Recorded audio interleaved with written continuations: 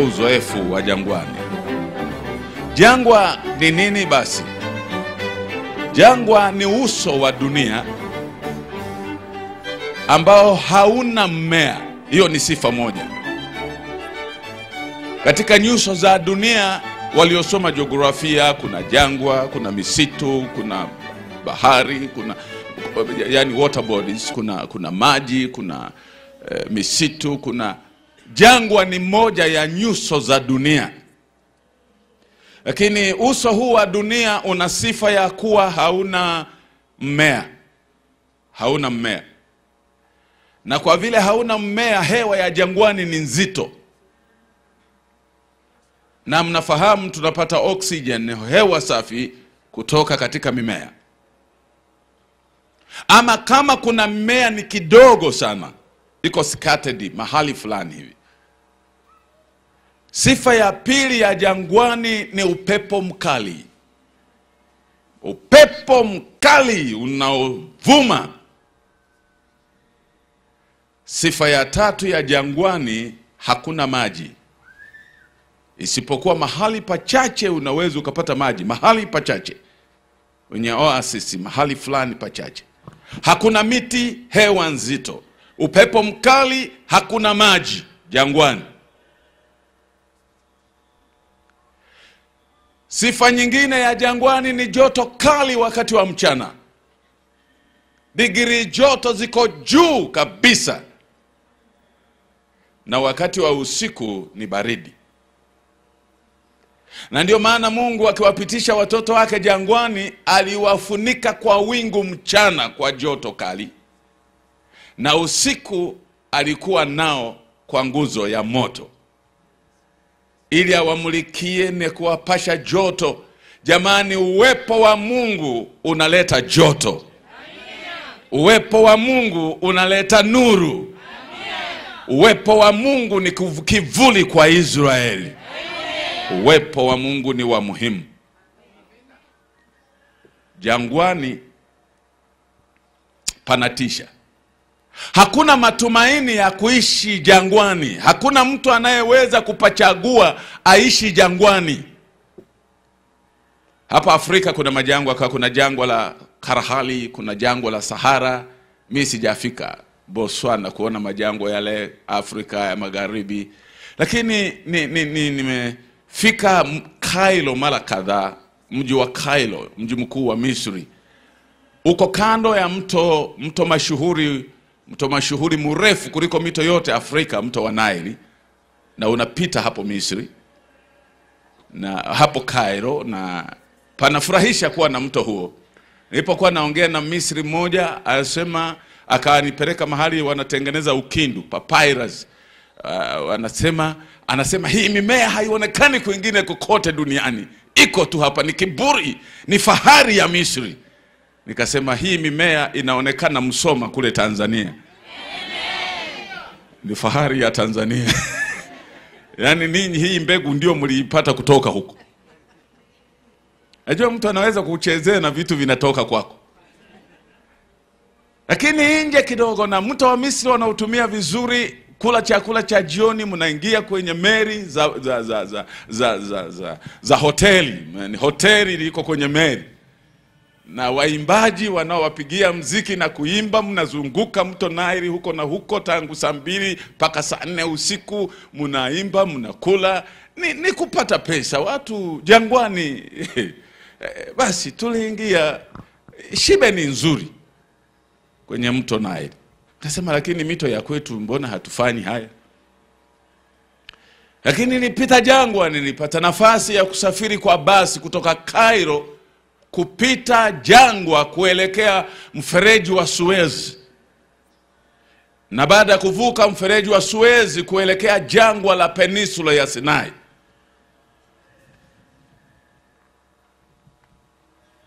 Sikuelewa. Na nikaanza kuuliza, kwa nini Mungu ulichagua kuwapitisha watu wako hapa? Ni mchanga na miamba, hakuna mti. Niona mti kwenye mwambao tu wa mfereji wa Suez uliolimwa miaka 1869, mrefu kabisa na mradi mkubwa wa binadamu duniani kuufanya wa maji. lakini wao hawapiti juu. Wa Misri wametengeneza chini ya mfereji, kilomita 2 mnapita chini, mnaibukia ng'ambo nyingine. Nikasema jangwani watu hawaogopi jangwani. Safiri kupita mahali panaitwa Mara na kuelekea peninsula ya Sinai. Ni jangwa, hakuna mti, hewa nzito. Ukitoka kwa basi ukasimama nje, unaona unakosa hewa, unataka kuzimia, unarudi kwenye basi kuna kiyoyozi.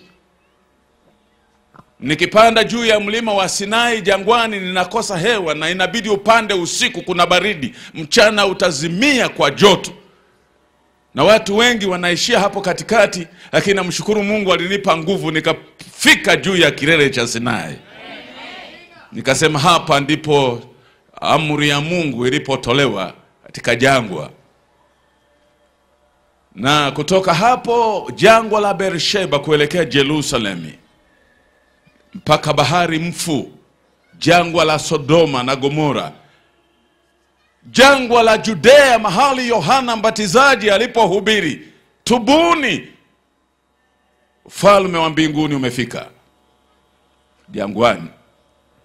Nani angechagua jangwa anayetaka kustawi maisha yake, anayetaka kufanya mambo ya maendeleo achague jangwa? Ni nani? Lakini mchana huu ninakuletea habari ya matumaini. Usiogope jangwani. Jangwa linawakilisha hali ambayo mtu anaiona hawezi kutokeza. Ninaongea sasa na vijana wale ambao nimewatia moyo wafanye mambo kuliko kawaida, lakini wanalia kwa sababu wanadhani wako jangwani. Hali ya mambo yanayowazunguka wanaona hawana namna ya kufanya watokeze. Vijana wa Adventista, nina ujumbe wa kuwatia moyo, mkitoka hapa mkatokeze.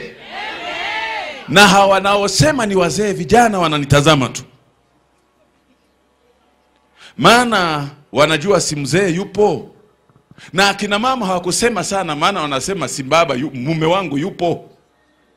Mume yupo. Kila mtu ni nafsi yake. Sasa twende katika uzoefu huu. Niache majangwa hayo niende katika sura ya 21 ya kitabu cha Mwanzo. Sura hii wanaipenda sana. Na ninaongea na vijana ambao wanataka kufanya ujasiriamali na kufanikiwa katika maisha katika jangwa. Katika hali ambayo wanaiona kama jangwa.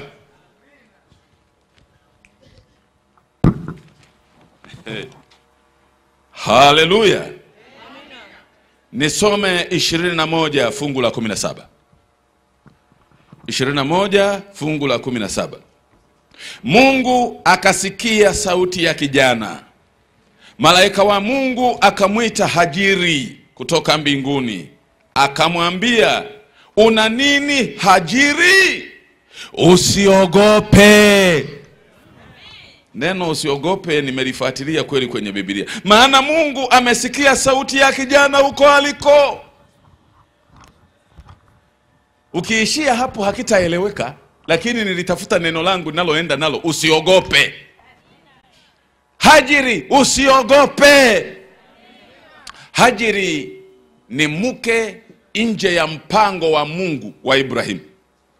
Mke wa Ibrahimu nje ya mpango wa Mungu. Mungu alimuita Ibrahimu na kumwahidi ya kuwa katika Sara atazaa mtoto. Na kushukuru jana Pasarumbe ulisema watoto waliochelewa kuzaliwa walipokuja kuzaliwa sio wa kawaida.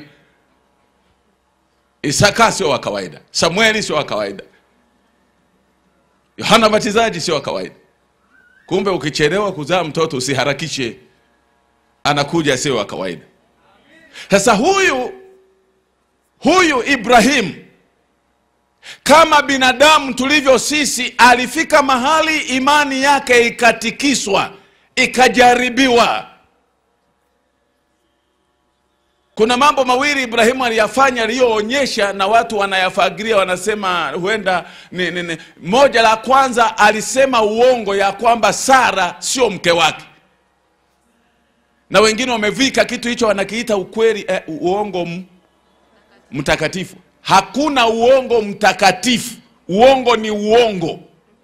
Na roho ya unabii nasema kitendo hicho kilionyesha kukosa imani kwa Ibrahimu, kama binadamu alijaribiwa.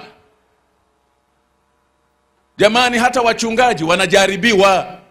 Muwaombe, msiseme huyu mchungaji mpaka amekuwa mchungaji hata nywele hana, kweli ana matatizo huyu. Anajaribiwa.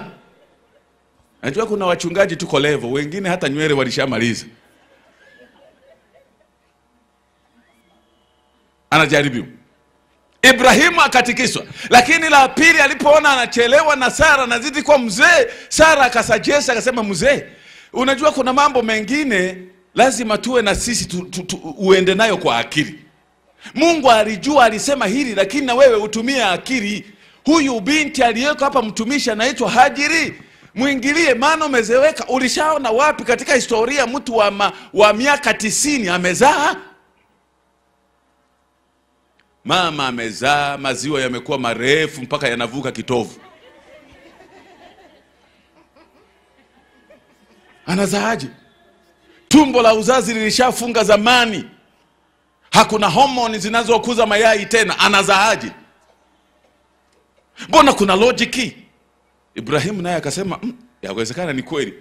Kaingia kabinti kadogo, Kamisri, Kahajiri, kazuri, akaingia kwake. Nabii anaanguka.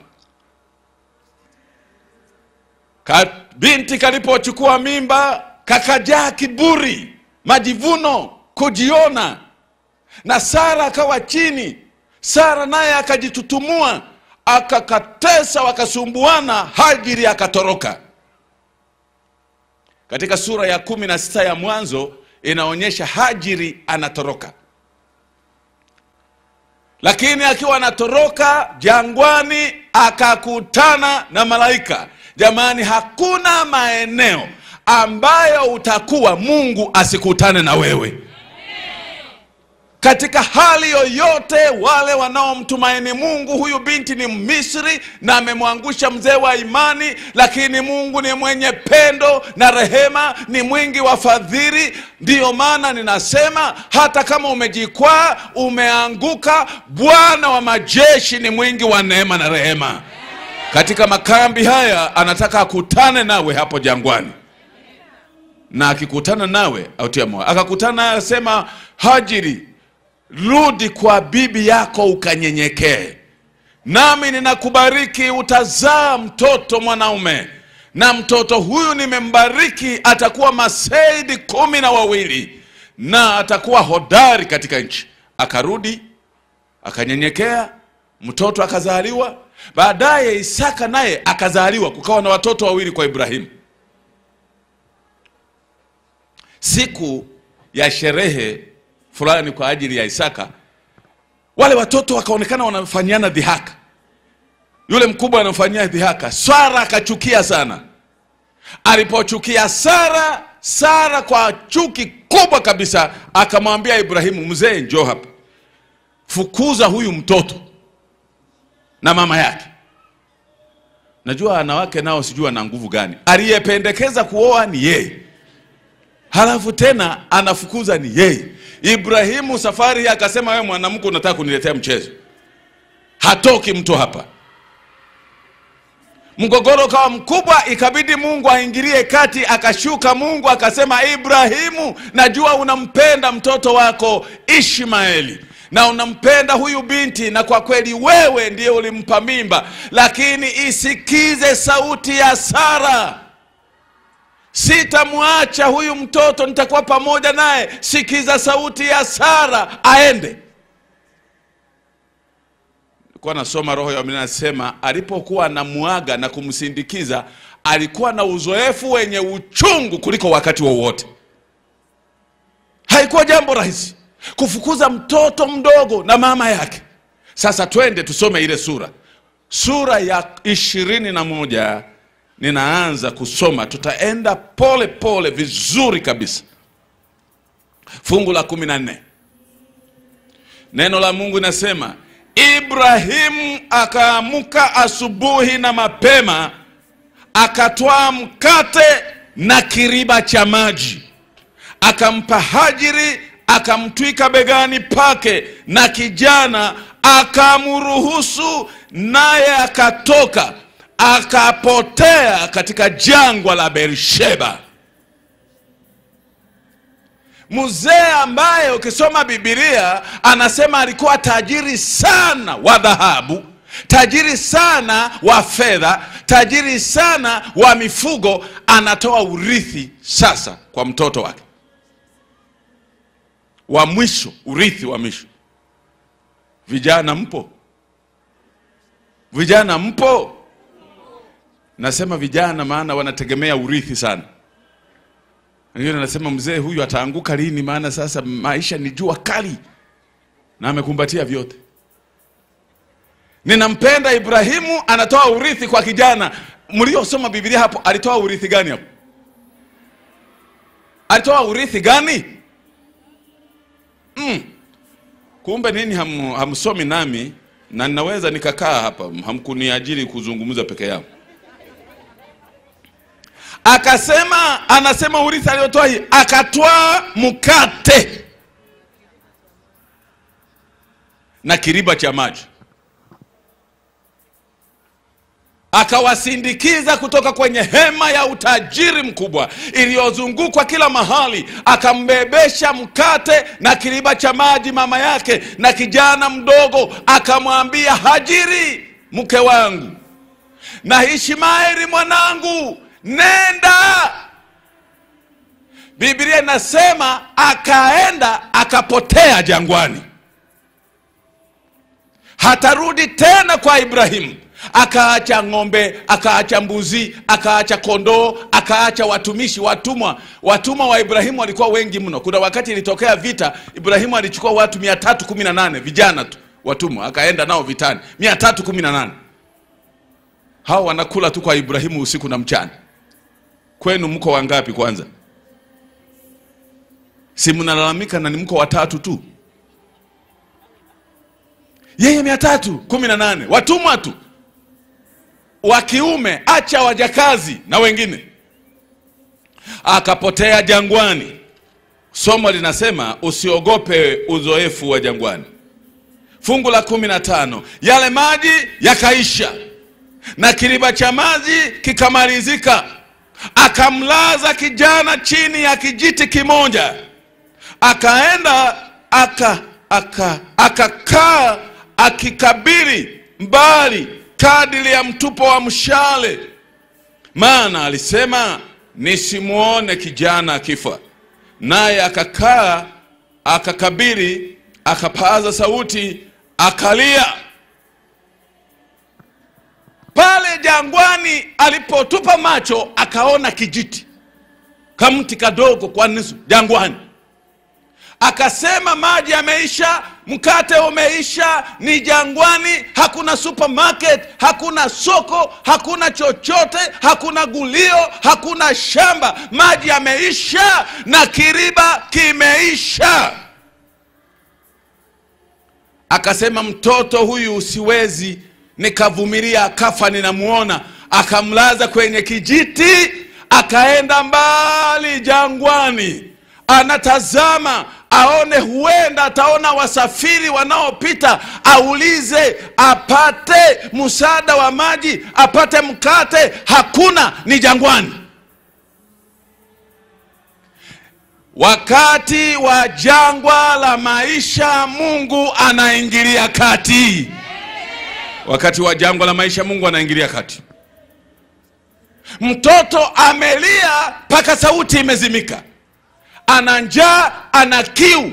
Mama anatembea jangwani aone msaada wa maji, hata kikombe, nusu kikombe, apate kumfufua mtoto. Hakuna maji.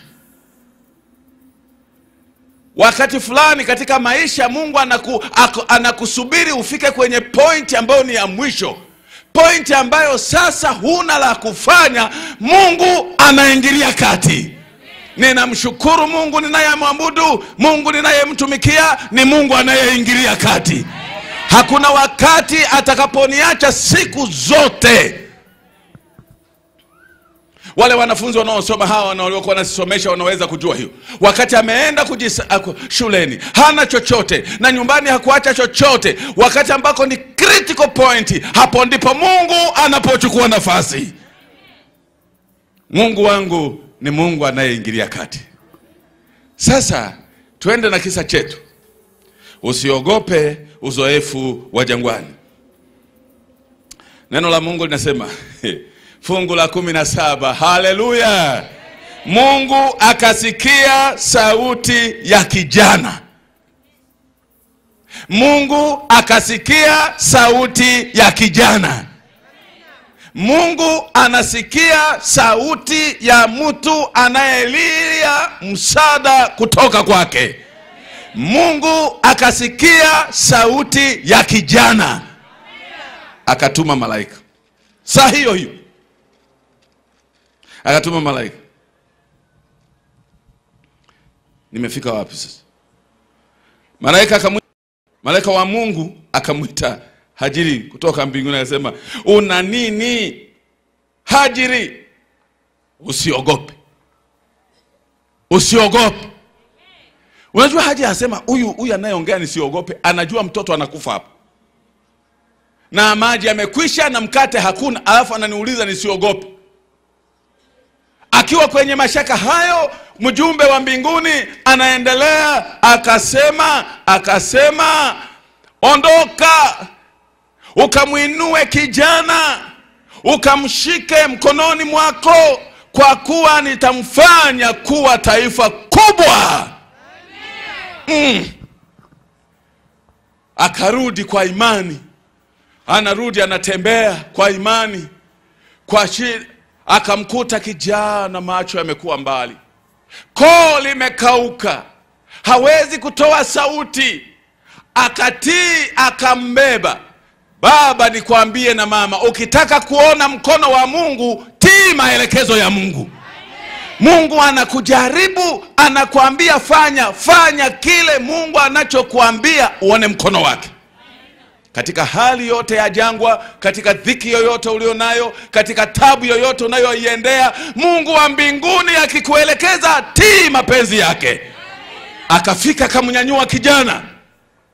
Hebu piga ile scenario. Halafu malaika akasema, shida ya Hajiri, macho yake yamefumbwa, haoni. Fungu linalofuata linasema Bwana akamfumbua macho. Ningetamani watu wafumbuliwe macho. Mtu alikuwa analia jangwani na kando yake kuna kisima cha maji. Shida yake macho yalikuwa yamefumbwa. Huwa nina mafungu mengi ya kufumbua macho. Siku nyingine nikija nitazungumza wiki nzima kufumbuliwa macho. Bwana akafumbua macho ya Sauli. Bwana akafumbua macho ya Baramu. Bwana akafumbua macho ya Hajiri. Bwana akafumbua macho ya mtumishi wa Elisha. Bwana kuna kufumbuliwa macho. Alipofumbuliwa macho, alipotazama akaona kisima cha maji. Sasa niwaulize swali, hicho kisima cha maji kilikuwa cha miujiza ama kilitoka kwa miujiza ama kilikuwepo? Uwe na hakika unaposema. Nilikutana na shehe wangu, nina mashehe wangu, marafiki zangu, mmoja yuko Zanzibar anaitwa Sheikh Jabiri bin Jabiri Haidari Jabiri Alifasi. Yani shehe wa Kiarabu msomi, ambaye kaka yake alitafsiri Qur'ani kutoka Kiarabu kuja Kiswahili. Rafiki yangu sana. Anitembelea nikiwa Morogoro, akanitembelea, kaniletea vitabu na mimi nikampa vitabu vya Tumaini na Pambano Kuu na vitabu vingine na Sabato ya Kweli, na ampigia simu akasema kitabu cha Tumaini Kuu nimekisoma, sasa niko katikati, ni kitabu kizuri sana. Na kwa kwenda Zanzibar kwenye Sabato ya wageni, Ndipo nilipomuona na mimi nilitaka kuogopa, maana ni yeye mwenyewe amevaa na alikuwa na mashehe 5. Nikasema, mpea pasa, umeleta hao watu kufanya nini hapa? Nikaogopa. Baadaye nikakumbuka fungu linalosema usiogope. Siku pasa wa Zanzibar anawekwa mikono pale Dar es Salaam, yule shehe akapanda meli, alipanda meli paka Temeke kushuhudia mchungaji anawekwa mikono. Ni mtu mwema sana, Shehe Jabiri Haidali Jabiri Alifasi. Na siku alipoingia kanisani na watu walitaka kutokea dirishani, ilibidi niokoe kwa kwenda kumshika mkono haraka. Ana alikuwa na kafurushi, kumbe wakafikiri kafurushi kale kana shida, lakini kumbe kafurushi kale kalikuwa ameleta sadaka yake ya ubani kwa mchungaji anayewekwa mikono. Na akawapa mchungaji Ruguli na Waremba, akawapa ubani. Na mashehe wengine nao anasema, unajua Mwenyezi Mungu pale jangwani, Hajiri alipokuwa pale, alipokuwa ameona mashaka, ghafula malaika wa Mwenyezi Mungu akatokea na maji yakabubujika kutoka kwenye makalio yake. Sasa nisema hii nayo ni design. Na kama malaika asingeyasimamisha yangekuwa bahari mpaka leo. Sasa sisi hatuamini hivyo. Kumbe jangwani kule kuona mti kulikuwa na ishara kwamba kuna maji, maana kuna mti. Unajua kuna watu hawawezi kuziona ishara za fursa. Wao wanachoangalia ni tatizo. Wanaangalia tatizo, changamoto ndizo wanazoona, lakini fursa, ishara za fursa hawazioni. Watu ni kupiga kelele tu, mimi nina shida, unajua mimi baba yangu alikufa, hakuacha urithi wowote, mimi nimezaliwa ukoo wetu na laana, ukoo wetu na damu ya kunguni, sisi tumezaliwa vibaya. Ni manunguniko na malalamiko, na waambia hakuna aliye na damu ya kunguni. Hakuna aliyevaza. Angalia fursa. Na watu wamemagnify matatizo kuliko kuziona fursa. Na mimi niwaambie, mahali penye tatizo kubwa na fursa ni kubwa. Usipendelee vitatizo vidogo vidogo, vichangamoto vidogo vidogo, wala usisimame kuviangalia. Nikana kwamba ninaendesha pikipiki, labda ninaendesha pikipiki, halafu nikaona mtu amedondosha 5,000 hapo. Unafikiri nitafunga breki, nitumie nguvu zote za kufunga breki kuokota 5,000? Achana nayo, wale wengine wasio na pikipiki watakuja wachukue hapo. Siwezi kuzima breki yangu kumaliza matofali ya breki uchukue 5,000. Kama Rumba anaitaka atakuja aichukue. Niwaambie, tatizo kubwa na fursa ni kubwa. Hebu nikuwape uzoefu kidogo wa Daudi. Unajua kulikuwa na jitu linaitwa Goliath. Si mnakumbuka kile kisa? Kubwa. Mimi watu wote wao wananipita kando, wanafikiri ni mrefu. Futi 6 tu na inchi 2 mimi. Na kuna kijana pale Dar es Salaam, mimi naishi hapa, huwa ananitazama hivi. Ananisema shikamoo mchungaji, amenitazama hapa utotosani. Yuko kule Ukonga kule. Lakini Goliath wa Gath alikuwa na futi 9.5. Karibu mita 3. Huyu mchungaji Mbaga wa Joshua, huyu anaweza kuingia mara 3 mara 4 kwa mwanaume mmoja. Na limesimama kwa siku 40 linatukana Israeli na Mungu. Na Sauli na majeshi wamejificha wote. Hakuna anayejibu. Na kilichowatisha ni ukubwa wake. Wanasema hili hata lisiposhughulika nawe likikukalia tu unakufa kwa kukaliwa nalo. Kwa hiyo wakilitazama limejaa anga, kichwa kikubwa, helmet kubwa, limepanda hapo, watu wanaharisha, wanakojoa kwa woga, wanatetemeka. Kakaja kakijana kadogo, ka miaka 17, kadogo, kezuri, kelolo, kanaitwa Daudi mwana wa Yese. Haleluya. Kanapoingia tu kuzunguka linatokea. Ndipo kaka yake anaanza bijadala, wewe unajua duniani kumejaa wakatishaji tamaa. Na ukitaka kufanya mambo, wa kwanza ni yule yule karibu na wewe yule. Asema ulishawahi kuona mtu anafanya haya? Mjinga nini wewe? Sisi ndio tuko hapa, tumekutambulia, tulizaliwa kabla ya wewe. Huwezi. Washindwe kwa jina la Yesu. Allah. Kaka yake anamwambia, wewe katoto, tunakujua umeacha kondona, unafikiri ni mchezo? Sisi tumekaa siku 40 hapa. Hivyo na akili wewe? Sasa mmekaa siku 40 kufanya nini? Si mngerudi nyumbani kama mmeshindwa? Mnapoteza resources tu kukaa jangwani na kula mikate bure.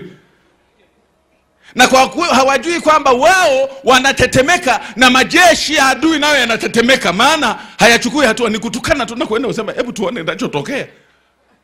Unajua mnamuogopa shetani wakati na yeye anatuogopa kuliko kawaida. Jeshi la shetani likishikia jina la Yesu linakimbia. Halafu ninyi mmeogopa. Baadaye Daudi kakasema, aha, nilihangaika kumuua dubu, kwanza yuko chini. Nilihangaika kumuua simba, maana yuko chini, kumulenga.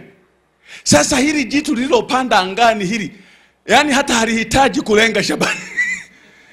Ukubwa wake ni fursa ya kulipiga. Hamjanipata?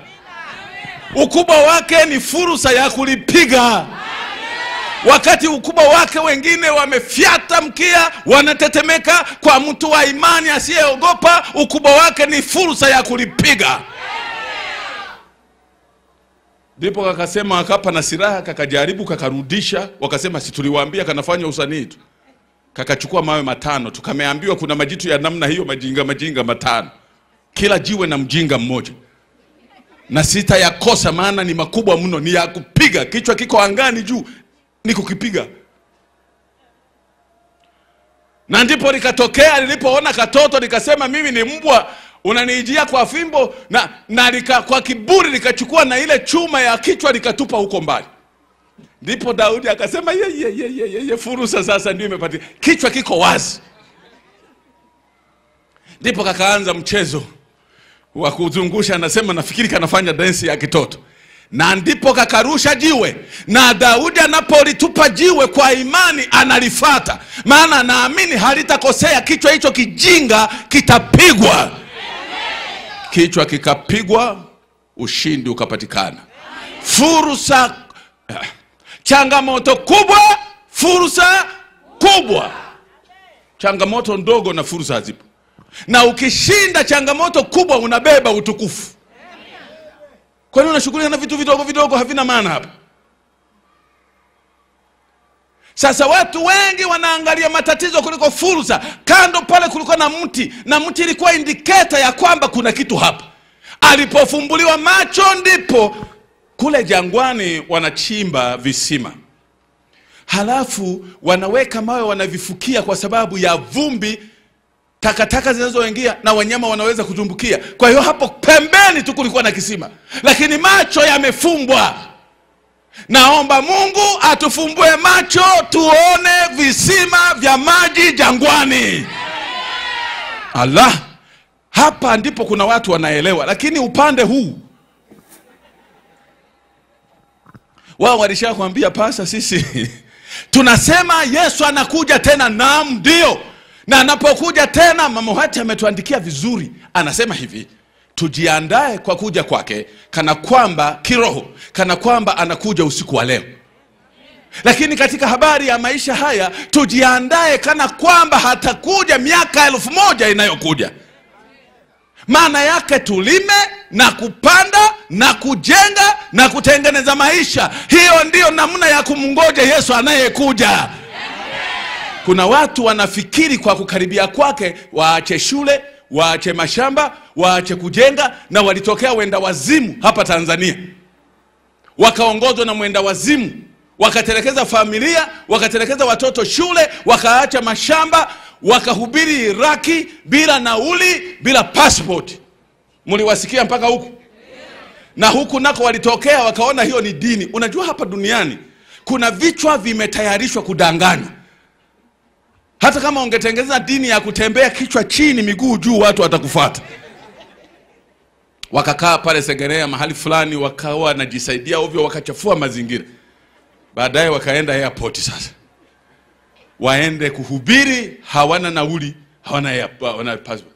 Wakiulizwa nauli, jina la Yesu. Eti walipe kwenye ndege jina la Yesu. Unajua kiasi unakuwa mjinga kuliko wajinga wote waliowahi kutokea.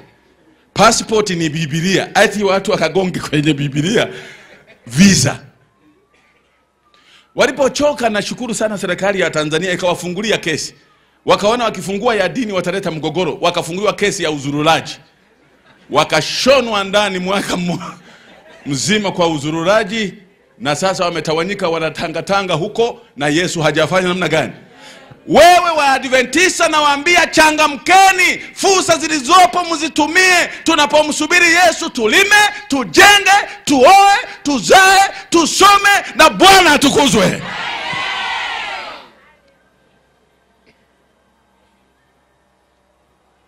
Jangwani usiogope. Biblia yangu inasema akafumbuliwa macho. Alipofumbuliwa macho, akasema Mungu akamfumbua macho, fungu la 19.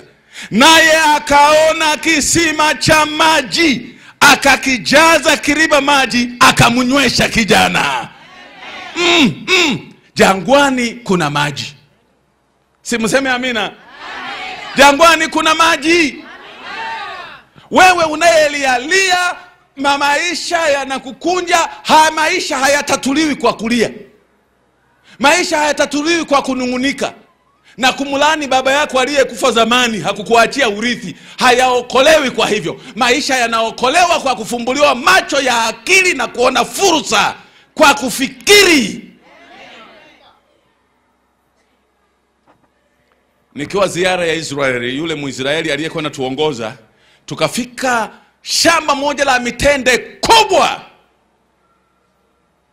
Akasema hili ni jangwa la Beersheba.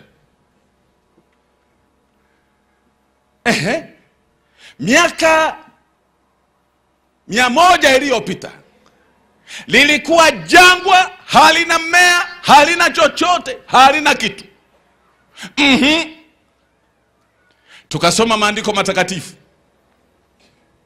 Hata kama walikosea walifanyaje? Wakasoma linasema katika nyika maji yatabubujika. Wakaenda kupima.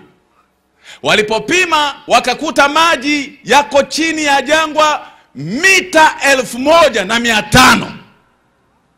Kilomita 1.5. Kijijini kwenu maji yako mbali gani hapo? Mao kule Iraq yako mbali kiasi gani? Wakaleta mitambo, wakachimba maji, wakayapata mita 1500, wakayaleta juu ya uso wa jangwa. Huwezi ukatengeneza maji yakakaa, maana ni mchanga. Wakatengeneza vizuri, wakaleta plastiki, wakaleta udongo kutoka pengine, wakatengeneza bwawa. Na kutoka bwawani wakafunika tena, wakafanya mtambo wa kusupply maji. Na lile shamba ni kubwa, kilomita na kilomita, na wanavuna mitende, wanasafirisha ulimwenguni jangwani. Jangwani kuna maji. Ndio nikamuuliza, hivi ninyi Israeli, wakati fulani mliombwa na dunia muhamishwe kupelekwa mahali pengine mkakataa, kiburi chenu ni nini? Akasema hii ni nchi ya kumiminika maziwa na asali. Wakati Israeli 60% ya ardhi ni jangwa, wao wanasema ni ya kumiminika maziwa na asali. Ni nchi ya ahadi ya baba zetu. Sisi tulipoona jangwa, tulitafuta fursa zilizoko jangwani. Kumbe kuna maji. Ndipo wanauza maembe, ndipo wanauza ndizi, ndipo wanauza mitende, ndipo wanauza nyanya duniani kote, na zinapendwa maana haziliwi na wadudu. Jangwani hakuna wadudu. Kwa hiyo ni organic. Zinanunuliwa Ujerumani, zinanunuliwa Marekani, wakati hapa Arusha kuna masikini wa kuvuta na kamba, na jangwa halipo. Pale Mwanza ziwa limefurika, lakini watu ukiwatazama sio hawa, lakini wale waliobaki huko ukiwatazama nyuso zao zinakufa jioni, na ziwa lipo.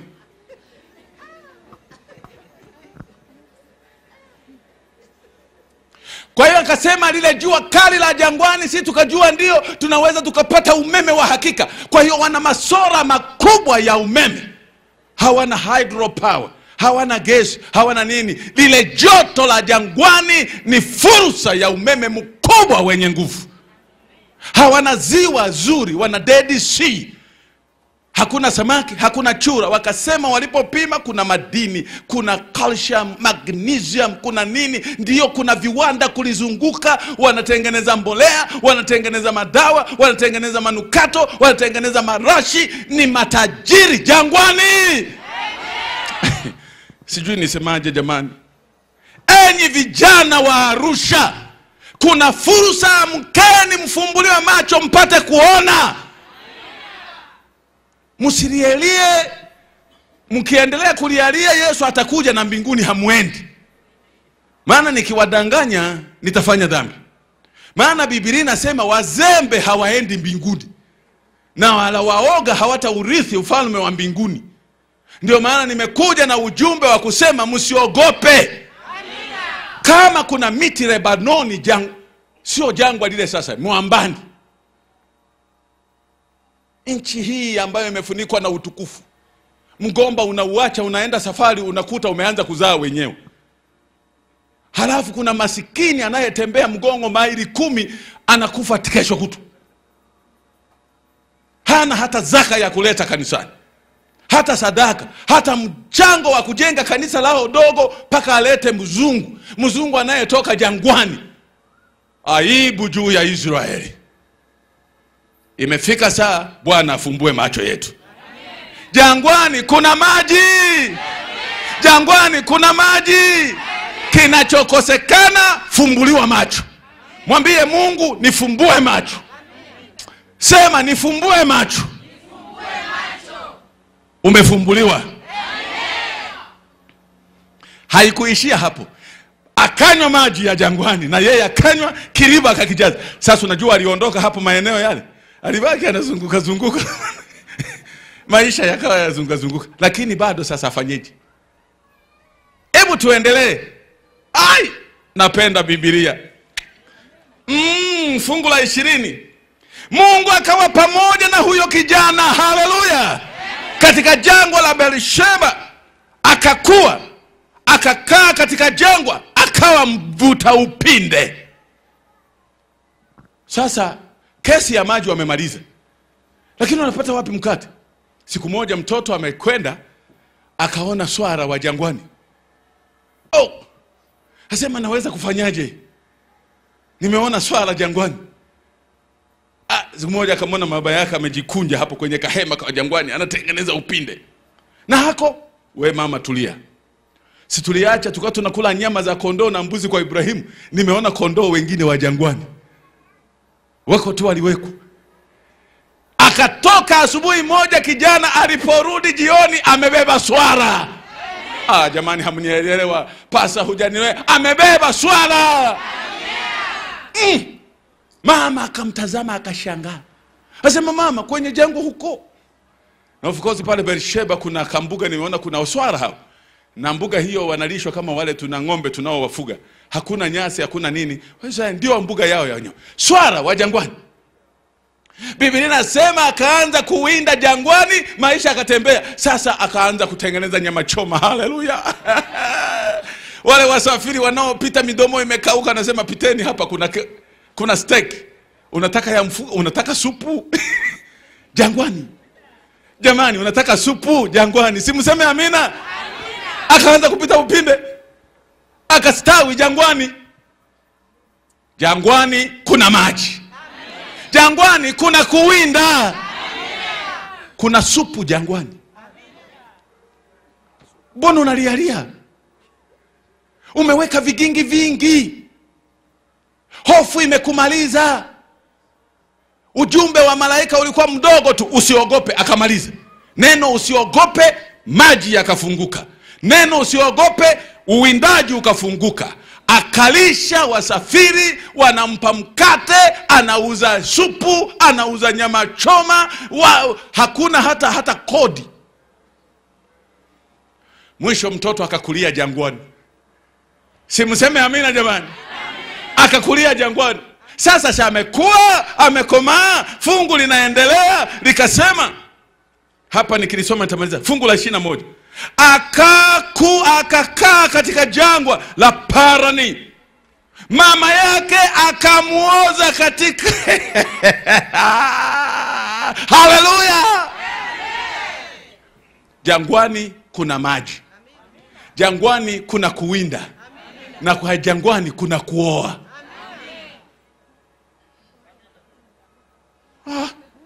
Sasa ninyi mliokomaa hapa mnalalamika.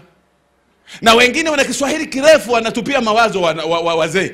Wana mahari nyingi mno. Ukipewa bure na akili haijafunguliwa, hata ukipewa bure kesho atakukimbia.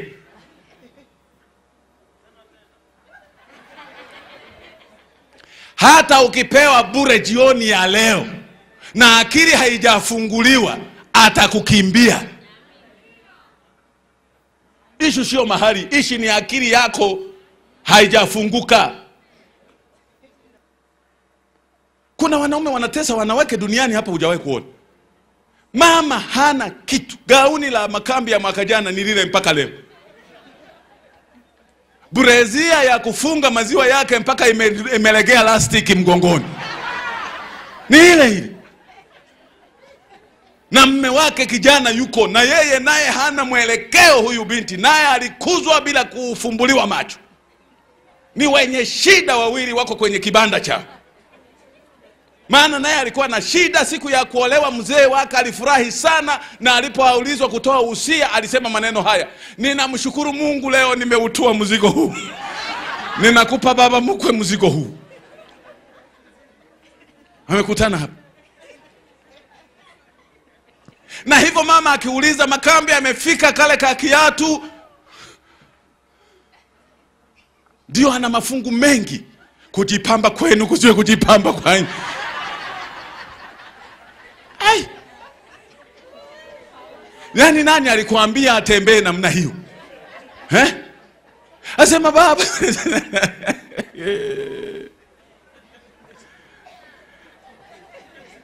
Jangwani kuna maji. Jangwani kuna kuwinda. Jangwani kuna kuoa. Akakuwa jangwani. Akasitawi jangwani. Akawa taifa kubwa jangwani. Akaoa jangwani. Jangwani usiogope jangwani. Mungu akufumbue macho uone jangwani. Profesa Helen Keller, mwanamke mwalimu wa Oxford University, aliyepata ulemavu wa kuona akiwa na umri wa miezi 18, alitembelewa na waandishi wa habari. Profesa akaulizwa, je, ni jambo gani baya duniani kuliko yote? Walitegemea aseme ni ulemavu wa kuona ndio baya kuliko yote. Akajibu hivi: jambo baya kuliko yote duniani ni kuwa na macho mawili bila njozi. Watu wana macho, no vision. To have sight without vision. Kwa hiyo wale waandishi wa habari waliokuja na macho yao na maisha yamewakunja na yeye profesa, waliondoka hawakuuliza maswali mengine. Maana amewaambia mgogoro wa dunia ni huo. Una macho, njozi hakuna. Wangapi wataendelea kulalamikia jangwa? Hakuna solution. Vijana wanalalamika tu, wako kwa wazee wao, wanalalamika tu. Wengine wako kwa wajomba, wanalalamika tu. Wamerundikana hapo mpaka wanalala sebuleni. Na wajomba nao wana huruma iliyopita Roho Mtakatifu. Huyu ni mtoto wangu. Anamuita mtoto, na mtu ana ndevu mpaka amezikata, ana miaka 30 anaita mtoto. Huyu ni mtoto wa dada yangu. Ndiye tumeachiana ziwa na dada yangu. Kuachiana ziwa ndio achievement.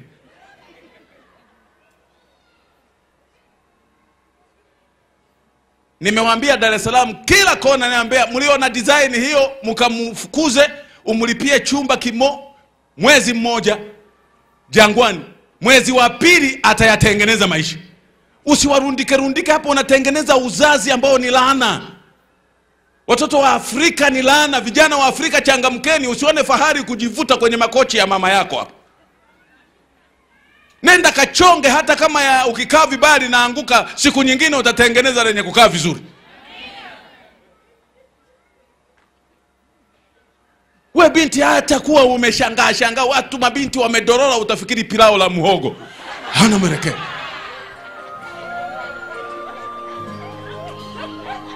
Na hii nayo wataisikia kote kama kuna pilao la umeshangaa tu. Wewe ulizaliwa, uliumba kwa sura ya Mungu. Haleluya!